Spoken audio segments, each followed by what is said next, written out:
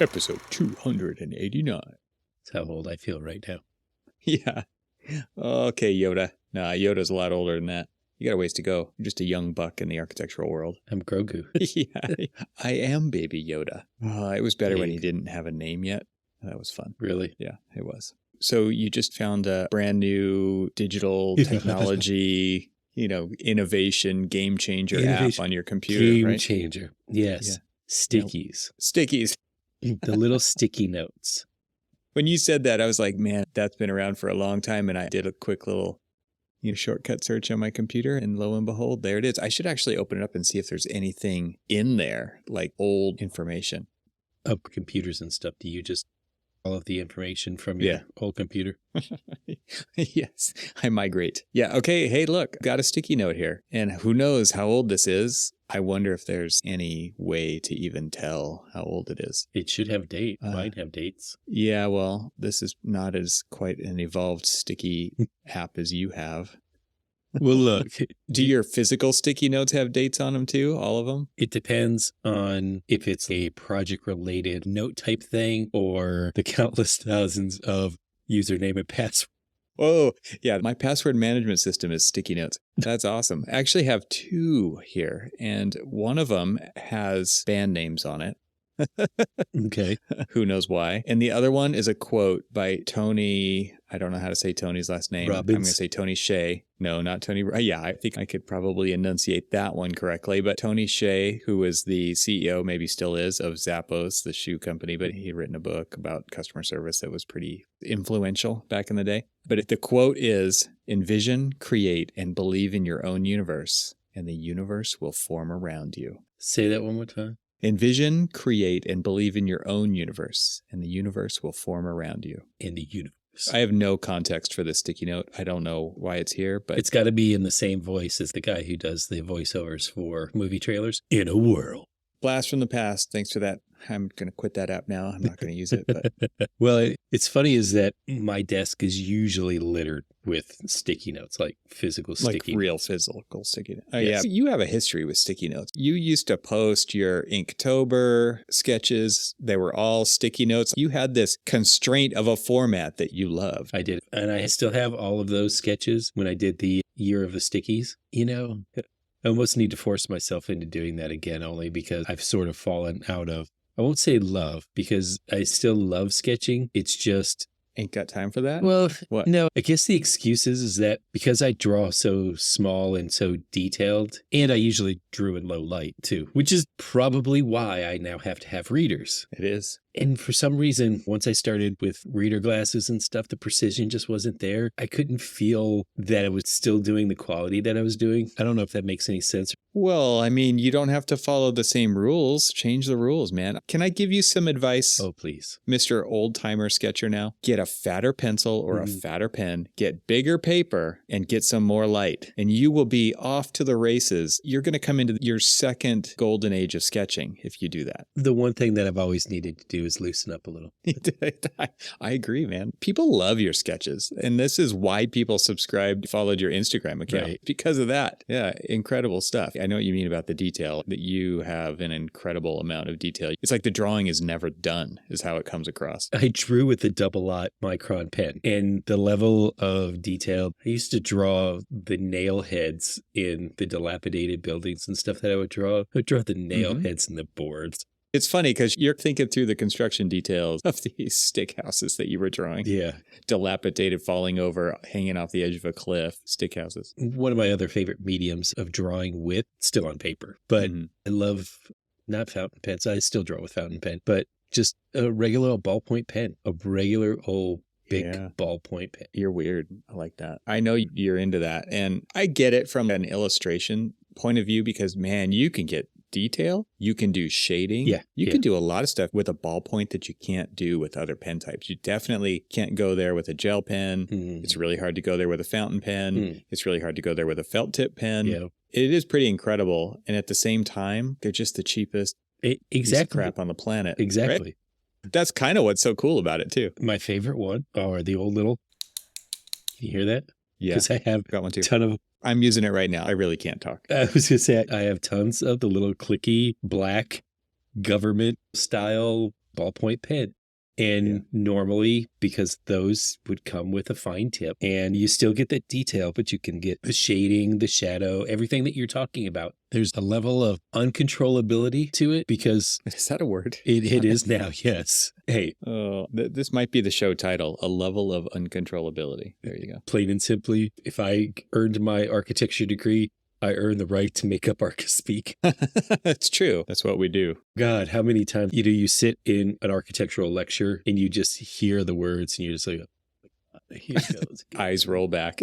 Yeah, here we We're go. juxtaposing the interstitial space of The curvilinear of the rectilinear of the experiential. Yeah. Exactly. Where did ballpoint pens start for you? Because for me, it was learning to write in cursive. Talk about aging ourselves. But this was 4th grade. I was in Mrs. Preston's class. She had the most amazing handwriting, and I did everything I could to emulate that. And I was pretty good at it. And I remember just like it was an art. And then I loved art. It still is an art to me today. I'm writing in cursive as we speak, show notes into my notebook, and because it's fast and it's quiet. So I'm not typing while we're recording here. That is probably the main reason I'm doing it this way, clicking in the background and not being able to pay attention to what you're saying. Sure. But this is the way that I choose to write. And it stems back to the ballpoint pen is an instrumental part of that because of the way it rolls across the page. In order to facilitate cursive writing, the ballpoint pen was a very special instrument for that to happen for me. So I don't really recall if my school used it when we were learning cursive. There is an incident that I remember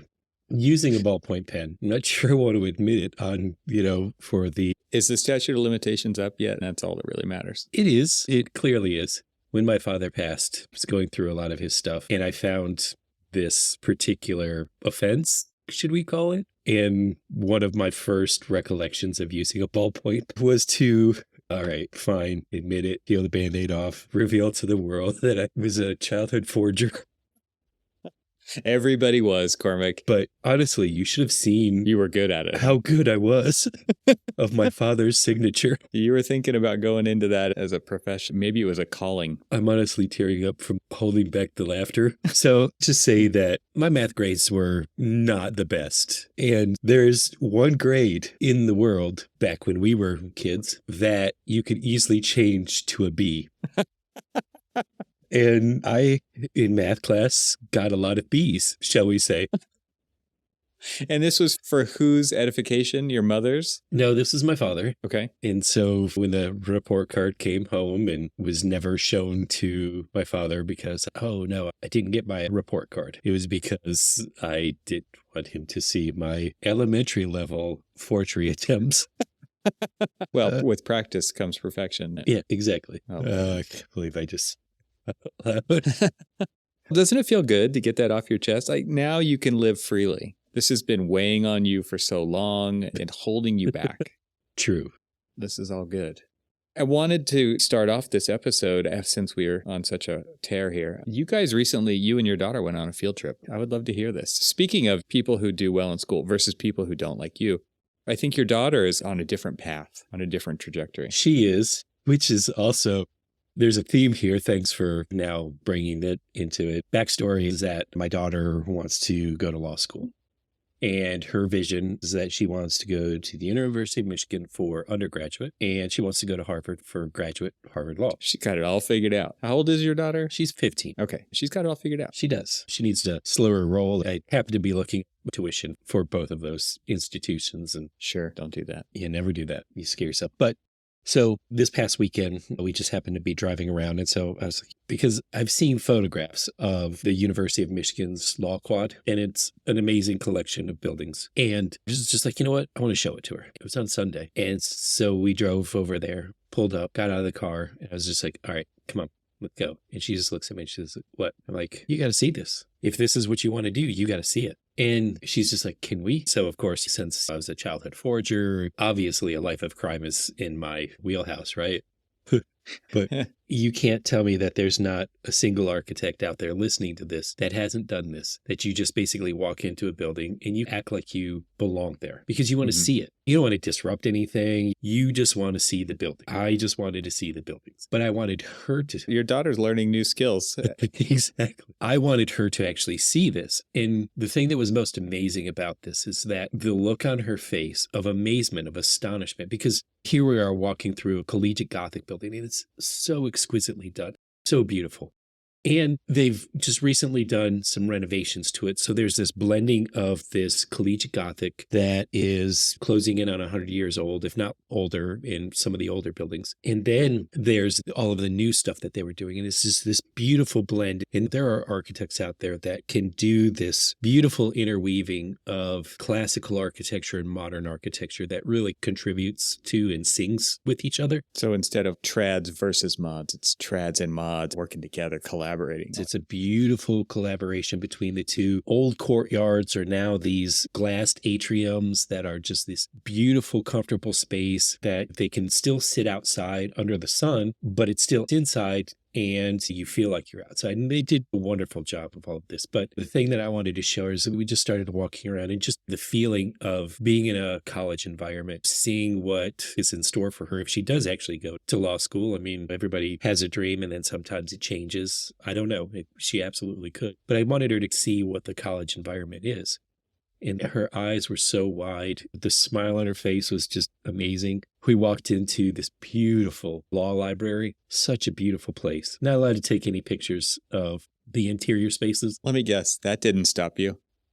I hear your track record that you're presenting today. No, I respect it. I mean, it was completely filled with students. The look on their faces as they're buzzing back and forth and going in and out of the doors and stuff. You see this look of such stern seriousness. I know that's redundant, but it was just, they were so serious about like everything that was on their mind. They weren't really paying attention to where they were. They were paying attention to what was in their head. So it was a little like, oh, I even mentioned to her, I was like, these are some serious students. And she goes, well, they should be. They're studying law. Like, okay, then. We do college buildings. It's what we do. That's what I'm doing right now. And that's what you did. You know, what was interesting is as we're walking around and just looking at this whole blend of the student life and everything else, thinking about what we do, I'm amazed, honestly, sometimes at the environments that we get to work on. I'm thinking about all these stern-faced children that are rushing back and forth and they're heading into the law library or they're heading to some study group. We caught some people in an alcove, a little study alcove, and they were working. All these little hidden spaces of both these old traditional collegiate Gothic buildings and these modern buildings and the spaces that are created, the found spaces, the intentionally unintentional spaces. You know what I mean. Yeah. We all know what I mean. This is a collection of well-done buildings, and for some reason, I'm just a sucker for collegiate Gothic anyway. There's just something about it. I appreciate the shadow play of buildings, and sometimes there's just nothing better than, technically I looked it up, and even though, yes, it is collegiate Gothic, the term for this particular style of building that is on Michigan's campus is English Gothic. Didn't really know there was a discerning feature of English Gothic, but the more and more I looked at the photos that I did take of the exterior, the more I was like, you could just see that almost English regality to it. I don't know if that's even right. You just sensed it. Yeah. Interesting. But the illegal part wasn't really illegal because the doors were open, was just the fact that we kind of snuck in and I could see her heart racing. Like, oh my gosh, are we going to get in trouble? I'm like, the most they could say is, hey, you don't belong here. But How many times do we do that though? Like in buildings, what we just want to see, we'll walk in there and act like we're supposed to be there. And if somebody comes up and confronts us, pull out your business card. Exactly. We usually cave and we just say, hey, look, I'm an architect. I just had to see this building. Just wanted to walk in, take a look at the atrium, the lobby space. I won't go any further than this. A lot of times when I've actually been confronted by somebody, they're like, oh, let me get this person and maybe they can show you around. Yeah. I've actually had that happen I've had that happen to me a couple of times where I clearly shouldn't have been there. And they probably should not have let me just traipse around in there. But I just wanted to see the place. I want to see what that looks like. What does it look like when you're traipsing around? Most of the time when they say don't take any pictures, I don't take my phone out anymore because the screen being on is a dead giveaway. But a lot of times I'll have my DSLR in my hand and no cap on there. I'm like, look, I'm just going to hang it. It'll just be hanging from my hand. I'm like, as I'm hanging from my hand, and I've got the grip on there, so it doesn't look like I'm actually putting my finger on the button. I'm putting my finger on the other button. Yeah. I think we're at like 3 felonies now for you in this episode. So did your daughter walk away with any sense of further, this is what she wants? Oh, yeah. Sounds like she just loved it. She was totally excited. She was like, this place is fantastic. She goes, I can't wait to come here. I wonder how many other kids would be inspired to do something if they just had that experience to go see it. Because I think a lot of times, first of all, it doesn't even cross their mind. And it's not like a field trip that most people would do, right? It's not like we're going to go look at something because we don't have a reason to. And nobody has the time and the wherewithal to make stuff like that happen. But I wonder if it did happen more often, if parents were just like, hey, let's go check out UCLA. Let's go check out USC, whatever the local university is to wherever you are. And because they are an open campus and you can do that and you can get a sense of student life and you can walk into the food court, you can walk into the library without a problem at all. Right. And like you said, you can get into the lobbies of the different parts of the campus. I remember like the College of Environmental Design at Cal Poly Pomona, students cut through it on an hourly basis because it was between the parking lot and the main part of campus. And it's like nobody was ever going to stop anybody from walking around there. Didn't matter how old you were. It's a college campus. It was open to anybody. Well, we tend to preach a lot about experience, right? And I wish that, let's take like the case of ACE. I absolutely love ACE for the simple fact that we're opening the doors to let people peek into what these professions are before they ever really get into college. This whole idea of prototyping a potential future is way more than what most people would do, which is, I want to be this, without knowing a thing about it. Exactly. When you were going to architecture school, how many architecture offices or how many architecture schools did you visit? 0. Exactly. You don't even have to finish that sentence. I thought I knew what it was all about. Oh, yeah, And yeah. that's exactly my point. There's so many students who, like my youngest, I want to be a game designer. What if we talk to some people who like, and what's interesting is there's like no interest to actually do that. Like, no, I kind of don't want to ruin my idea of what that is and face that harsh reality when it actually happens because I'm going to avoid any pain that I possibly can. But the whole idea, and I brought it up, and for those of you who didn't get the reference of ACE, we talked about it in the last episode, so check it out, but it's a ACE mentoring. And the whole idea is to expose the inner workings of the profession to the younger generation who's considering going into that, or maybe they're just curious. And I brought up the idea of that Designing Your Life book, which is a Stanford class, which is a fantastic methodology in how to prototype potential futures, things that you think might be the direction you want to go. And it's all about prototyping that to find out if that should be on your list or not. I think that's absolutely fantastic to actually do that. And like you said, I didn't do any of that before. I thought I had it figured out. I thought it was architectural drafting from high school. Right. What a rude awakening when I got to Cal Poly. Oh my goodness. Yeah. There I always commonly say, if I knew what I was getting into when I went into the Army, before I enlisted, would I have? Same thing with architecture. I say the same thing. If I would have known what architecture was all about, would I have pursued a career in architecture? On some level, you're kind of glad you didn't, right? Well, honestly, now being in it well over 20 plus years, I would still say yes.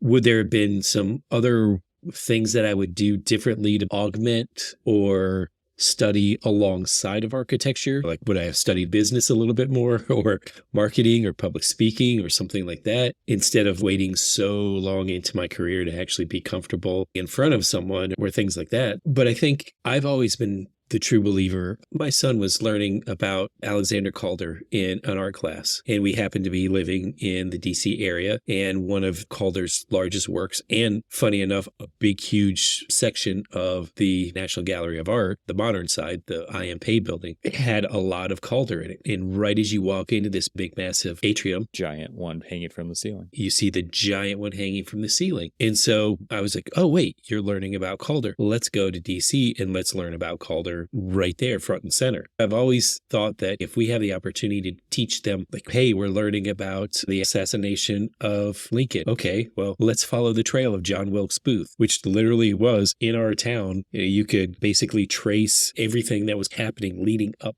to the assassination. And so we just thought that's the way you do it. Just like with all of these opportunities to learn what you're going to do, why not? It's funny because in California, it's the California missions. Exactly. And the gold rush. It's very West Coast things, right? And the things that you're saying are very East Coast things. And basically the teachers have to use what's at their disposal, right? And it's not that you don't learn those other things, but if you have proximity, you utilize that. So it totally makes sense. It was just funny because the things that you're mentioning, like I did that because my parents took me to DC. And so we did some of those things. We went to Gettysburg. It's just a completely different set of things on the West Coast. Yeah. Well, my son who's in school now, he started looking at all of the regular schools that everybody else was looking at. We were living in Maryland. Hey, I'm going to look at Maryland. I'm going to look at a couple of Virginia schools. I'm going to look at a couple of Pennsylvania schools and stuff and see what's out there. And a lot of his friends applied to schools that were closer. We go camping a lot up in northern Michigan or in the Upper Peninsula of Michigan, and he just loves it. It has an impression on him. And he decided, hey, I want to go to school at Northern Michigan University. Okay, you've never been there. You've never really heard of it. So one day before he even applied, I was like, are you seriously considering this? He goes, yeah, okay,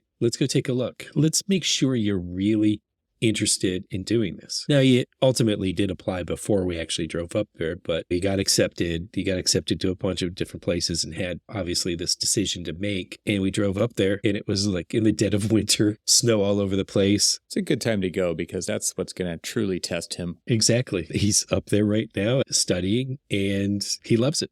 But you have to experience these places. We've got a friend of the show that is currently in New York City, and he was at the Met looking at his favorite artist, Pollock.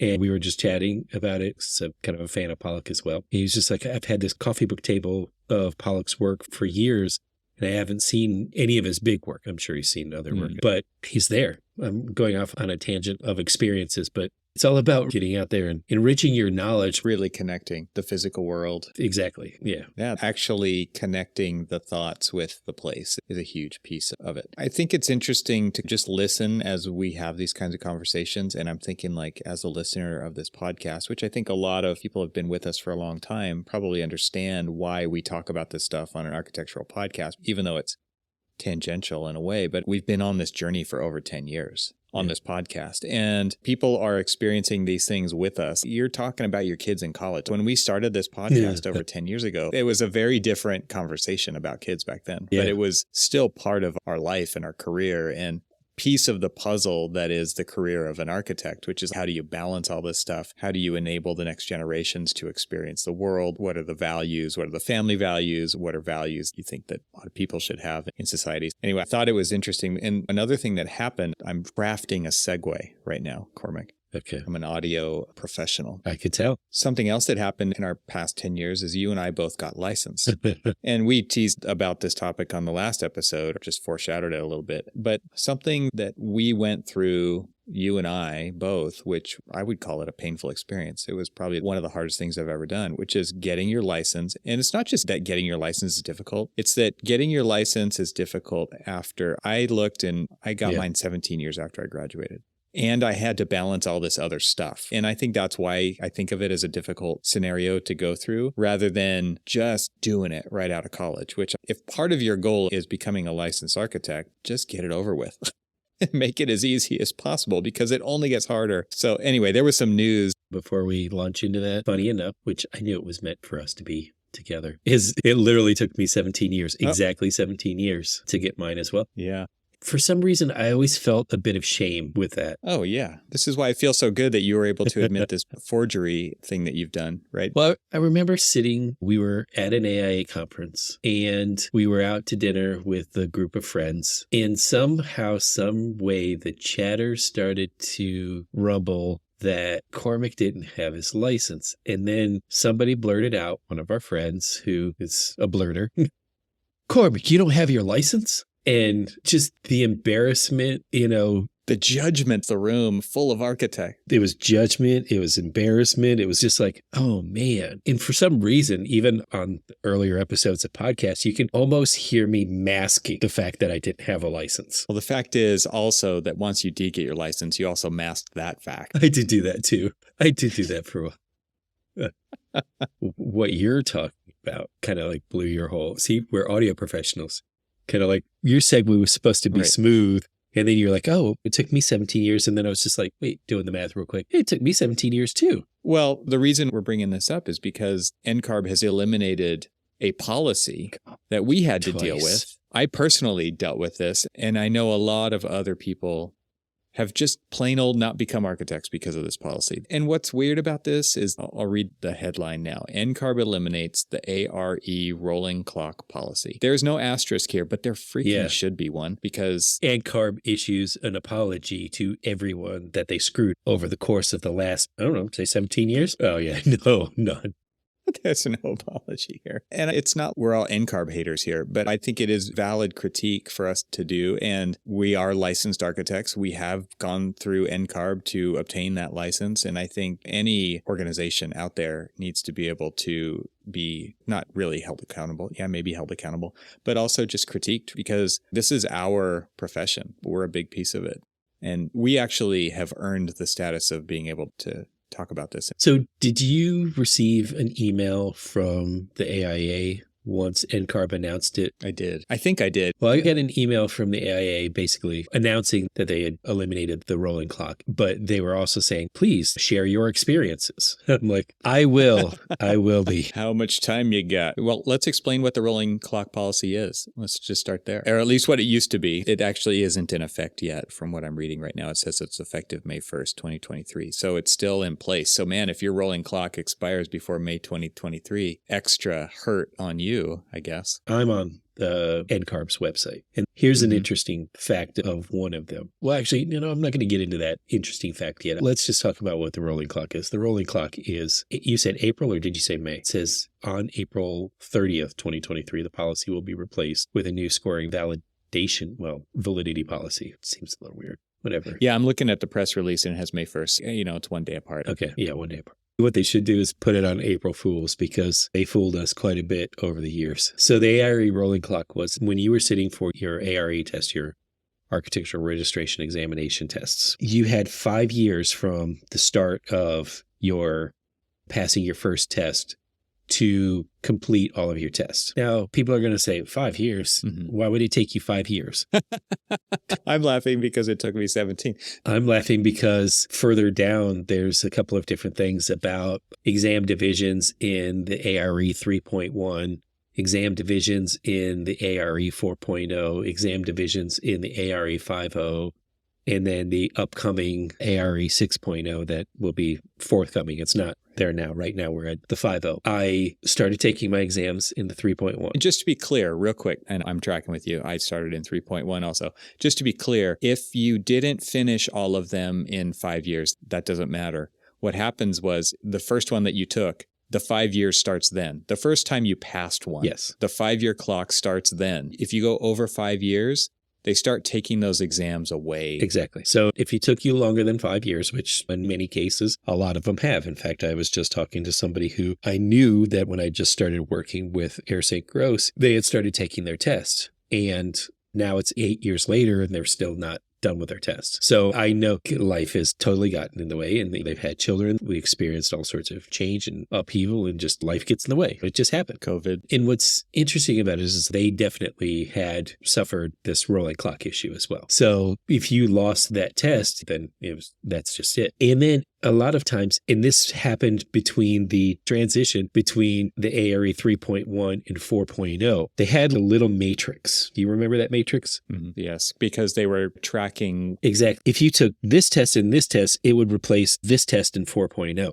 If you took this test, this test, this test, it was crystal clear too. It was like if you watch those murder mystery ones where they've got this pegboard of all these different photographs of all the different suspects, and and this person was murdered here, and it draws all these lines with the yarn between them, like a serial killer. Totally like the ARE transition matrix. And I was looking at when we changed from ARE 3.1 to 4.0, and it just happened to be right in the same time as I was moving from Florida to Maryland. And it just so happened to be in this time period, what was it called? Oh yeah, the recession of '08, which everybody was in panic mode of like, am I going to have my job? Can I get a job? Are the firms going to close down? Which there was plenty of them that happened. The reason why I ended up in Maryland, of all places, and didn't know anything about it. It was really interesting because I got caught in that, oops, I didn't pay attention to the matrix. I could have taken one test and saved 3 of my tests. Yeah, that was an extra wrinkle because, yeah, if you wanted, what were they called even back then, like practice management or something, you had to take like these other 2 tests to make up that one. And it was like, if you didn't get that scheduled and taken care of and weeks of studying for it ahead of time, to go back to your earlier comment, like, why would it take you 5 years?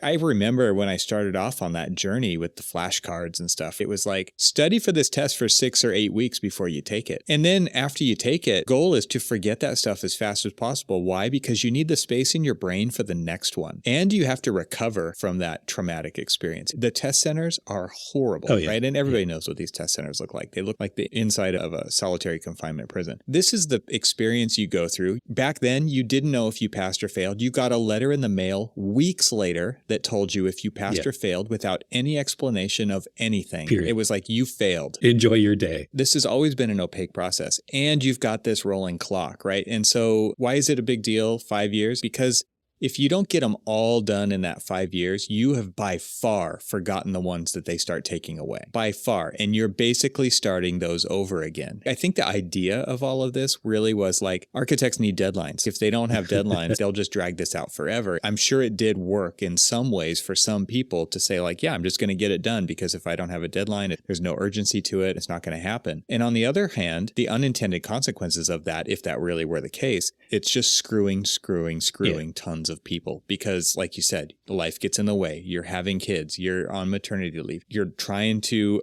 get these projects done. Who wants to go home? The culture of architecture that we grew up in was you work late hours all the time, right? And so what are you going to do when you go home at 10 o'clock at night? Study? When do you do your best studying? Oh, yeah, definitely at 10 o'clock at night. All I want to do is de-stress from work. Exactly. Exhausted from a 14-hour day. And you're like, oh, yeah, you know what I should do? We should study. Yeah, it's a long, drawn-out process. It's designed to be like that, and there's still many exams. I don't know how many there are now, 5 or 6, right? It used to be 9 back in the day, and at least in California, and there's an extra one in some states like California. So it's this big, tremendous deal. And then once you got licensed, it was like, thanks, now the state can collect money. You're way more liable, and your firm's not going to give you a raise. It's like, congratulations, you still got a deadline. Exactly. You still got projects to work on. You got deadlines. We're not going to let you sign the drawings anyway. There's a whole cultural thing around this. There's obviously also the perception, like, oh my gosh, you're not licensed. How can you call yourself?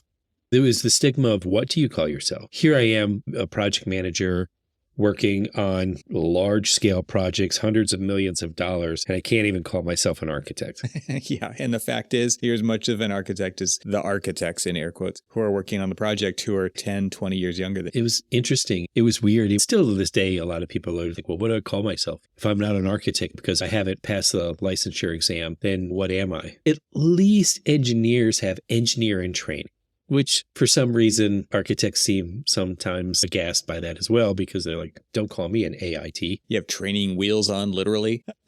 Here's an interesting thing. So the rolling clock, we had this transition matrix between the 3.1 and the 4.0. And if you didn't hit that transition matrix and you lost them, like I lost 3 of my exams. I think I lost 2. Yeah. And these cost money, they cost time, they cost effort. And the tests are different, completely different. So then we get into 4.0, and then 4.0 has all of its divisions. So now you've got to go back and you've got to retake some of those. But now you also have this weight of the rolling clock on there. You have that. And usually we're talking about the next version. And what you don't want to do is go through that matrix thing again. But what is interesting about that is, according to the CARB website, previously expired ARE 4.0 divisions will be reinstated on May 1st, 2023. They've seen the error of their ways, at least in the 4.0 ones. And that does help. The guy that I was talking to earlier today, who's taken him now close to 8 years, the test that he's lost, he will get back. And now he's under a 5.0, but what does that mean? So there's going to be an interesting transition. They've got a little transition calculator here. So what if he's like taking that test that doesn't count? Yeah. You redundantly took this test. You didn't need to. Oh. Exactly. They're not going to give them credit for a different test, that's for sure. No. Maybe they should just refund people some money and like pay them for all their pain and suffering. Or it's just like, you know what, you've suffered I enough. think they could afford it. Here. I mean, there's been some posts out there on Arconnect and stuff about how much, it's public information about how much the executives at NCARB make. I mean, the CEO makes over $500K a year. It's insane. Wow. CEOs in architecture firms don't make that much.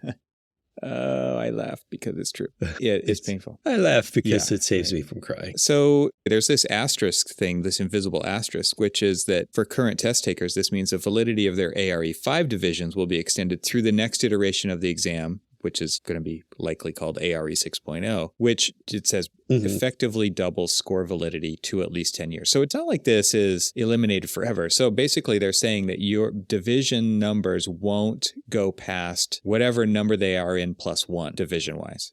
Right. So it's like if you pass a 5, it's good through 6, but it's not going to be good through 7. They're saying basically we redo the test every 5 or so years. So you've got like a 10-year shelf life. If you started right when Division 5 came out, you have until the end of Division 6. So even though there's no rolling clock, the validity still only accounts for 2 versions of the test is what it sounds like to me. So here's an answer to your question. So here's a bulleted response. NCARB will provide refunds for candidates who have had exam appointments scheduled or have purchased seat credits that are no longer needed due to reinstated divisions.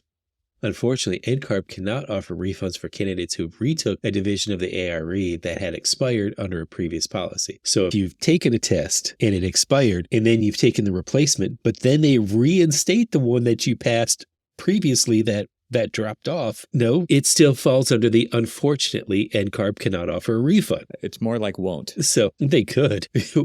They shouldn't say unfortunately NCARB can't offer, they won't offer. It's interesting because I think all of us are good, great, this is fantastic. And then it's the, oh, but remember what you did to me. Everybody's got a story. This is one of those things. Well, not everybody, but tons and tons of people have these, that go back to the days, sitting at drafting boards at the Fairplex, doing your test in the same room as 300 other people because it was only offered twice a year or once a year in Southern California, once a year in Northern California. Like people going psychotic because of all the stippling happening at the same time as people are wrapping up their test. Like those are crazy war stories too. Those veterans have no sympathy for what the younger generations have gone through. No. So since we started off on talking about my shady pasts, sure, whatever we want to call it, we can close by talking about, so as we talk about the NCARB, as we talk about all of these different tests that we've taken and all of this other stuff, when I was moving, I was packing up all of my architectural libraries and everything else. I had tons and tons of binders, study material from ARE 3.0, from 4.0 and 5.0, all the different copyright infringements. Felony number 4. Everything else. Yep. Man. And I was just chucking them. I'm like, no one needs these anymore. They're all old, out of dated.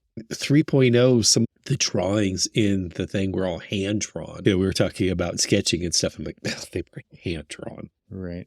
Can you believe that they would actually print out a book where something was hand drawn? I had so much material, so much study material, all the cards that no longer, like all of the ARE 4.0 division flashcards and stuff, had all of those. I had so much study material, I just ended up chucking it. I mean, the only one that's really valid right now is 5.0. It sounds like 5.0 is going to be going by the wayside in the not too distant future. Yeah, who knows? We still got a few years on that one. Yeah. But it caused a lot of mixed emotion. Yeah.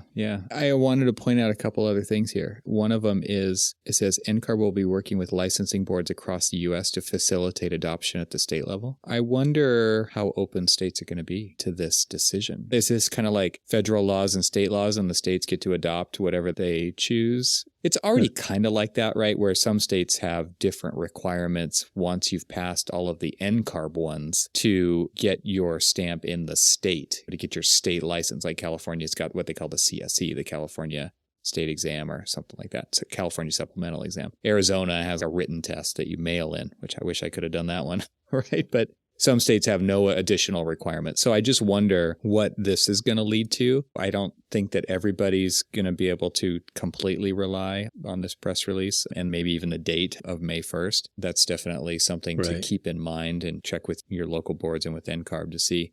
The other thing that I put a post up when this news came out that I said was that one of the refreshing things is we are seeing a lot of change happen at these institutional levels with these regulatory agencies and boards and stuff. A lot of this, I think, is coming from pressure from a lot of different things. I'll definitely put younger generations in that column. I'll put COVID in that column. NCARB didn't do too well with facilitating test taking during COVID in any shape or form. And I guess I don't know what the alternative would have been, but these changes really can't happen fast enough. There are additional changes that need to be made, and bureaucracy is difficult to change, but I applaud that there is change happening. At least we're seeing something. But I really do feel like the future leaders of the profession won't stand for the bullshit of the past. And yes, we had to deal with, this walking 10 miles each way uphill in the snow to the testing centers, as it were. But that's just not going to fly anymore. And it's pretty incredible, right? Because I'll weave a little piece of technology into this, right? GPT-4 was shown this week. It was shown this new text-based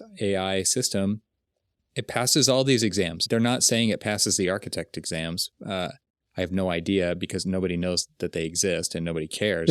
But it passes the bar exam. It passes the SAT. It passes all these tests. And it's like, what are these tests going to be good for? We go to school to learn how to learn. We don't go to school to learn all the answers. And these tests basically force you to memorize, quote unquote, the answers. And like I said earlier, as soon as you take these tests, your goal is to promptly forget them so that you have room in your brain to cram for the next one. I don't know that this is the answer for how you get a license to become an architect anymore. In a world that has changed significantly, even in the last 5 years, when it comes to technology and being able to get the answers. There were so many times when I took a test, I'm like, I would never need to know this. I would always look it up. I would always call a friend. They test you on stuff that nobody in their right mind needs to know. And I think a really good hard look needs to happen at this whole process. Education needs to change. Licensing needs to change. Insurance needs to change. Contracts need to, all of this stuff needs to be updated to the modern era in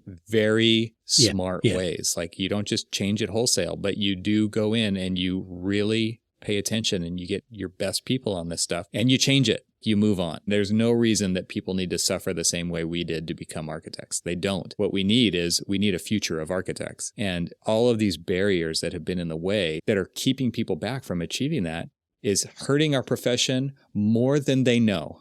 If you want to have people share stories on your website about how this new policy affects you, there are so many people traumatized by this process, they're just not even going to share it because they don't want to relive any piece of it. Or you get the really angry stuff, right?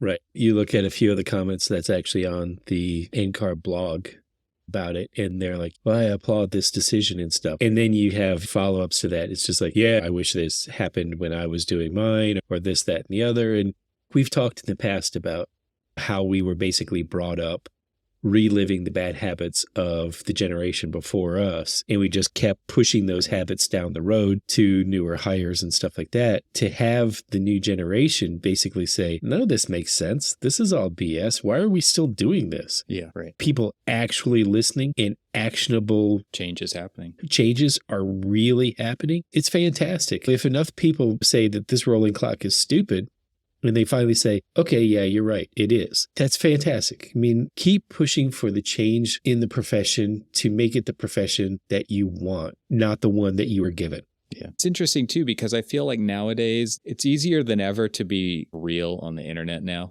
post your actual thoughts and feelings. Whereas it's interesting to me for you to be reading comments on the NCARB website.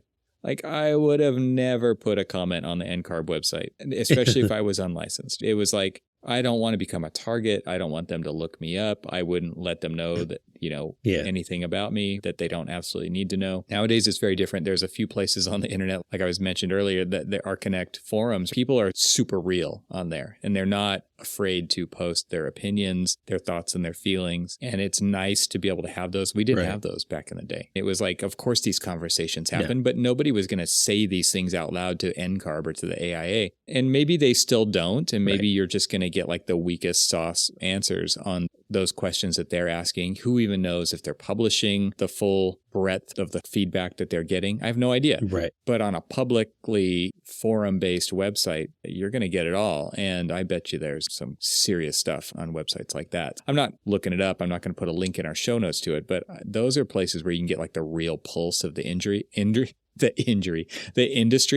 That was just, Freudian slip there. But Exactly. They do exist, and it's great that they do exist. And those are places where you can actually get the sentiment of what's going on in the profession from all different age groups, not just going to be the young folks. There's people like Donna, who's been on ArtConnect for a very long time. She's been a fantastic contributor there. That site is what it is because of people like that. Right. That's all good stuff out there. I think it's refreshing and reassuring to see these incremental changes. And like architecture, they are slow, but they are happening. So that's, like I said, reassuring. Yeah, it's probably only taken, 10 years of people bitching about the rolling cloud. More than that, but probably 10 years of serious work to actually make it happen. Oh, yeah, exactly.